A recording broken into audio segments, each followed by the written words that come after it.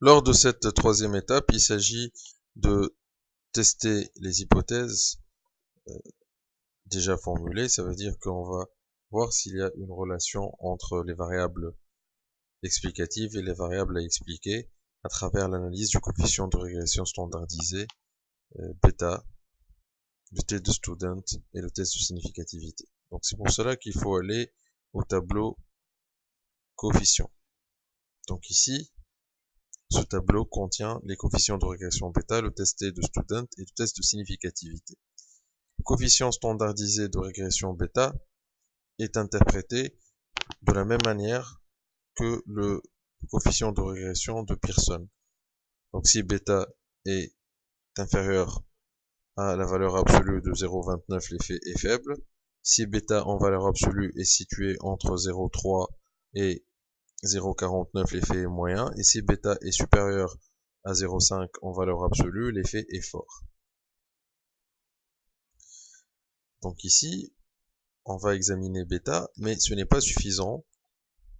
Il faut procéder au test de T de student pour confirmer la relation. Donc le test de T de student est utilisé pour tester la significativité d'un coefficient de régression. Donc ici, dans notre cas, par exemple, le tableau des coefficients montre que la variable promo a un effet positif et significatif sur la variable vente. Donc on a un coefficient de régression standardisé bêta de 0,608, le test T de student est de 2,793 et la significativité est bonne, donc c'est significatif, p-value inférieur à 0,01. Donc comment on peut interpréter ça? Exemple, le coefficient standardisé de 0,608 pour la variable mesurant la promotion est le plus haut coefficient, ce qui montre que cette variable est celle qui contribue le plus aux ventes de l'entreprise. La valeur du test T pour le coefficient de régression de la promotion, T égale à 2,793, P inférieur à 0,01, indique que la contribution de cette variable aux ventes est significative. On peut rejeter l'hypothèse que la relation constatée dans l'échantillon est due au hasard. En d'autres termes, la promotion a un effet fort, positif et significatif sur les ventes.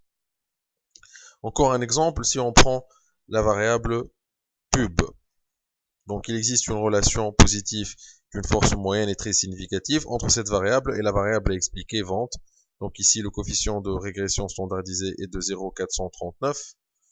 Le test T de student est de 4,761 et c'est très significatif. Donc, la relation est validée. La variable inv présente un effet faible, positif et significatif. Pour ce qui est des autres variables, elle ne présente pas d'effet significatif sur la variable dépendante vente.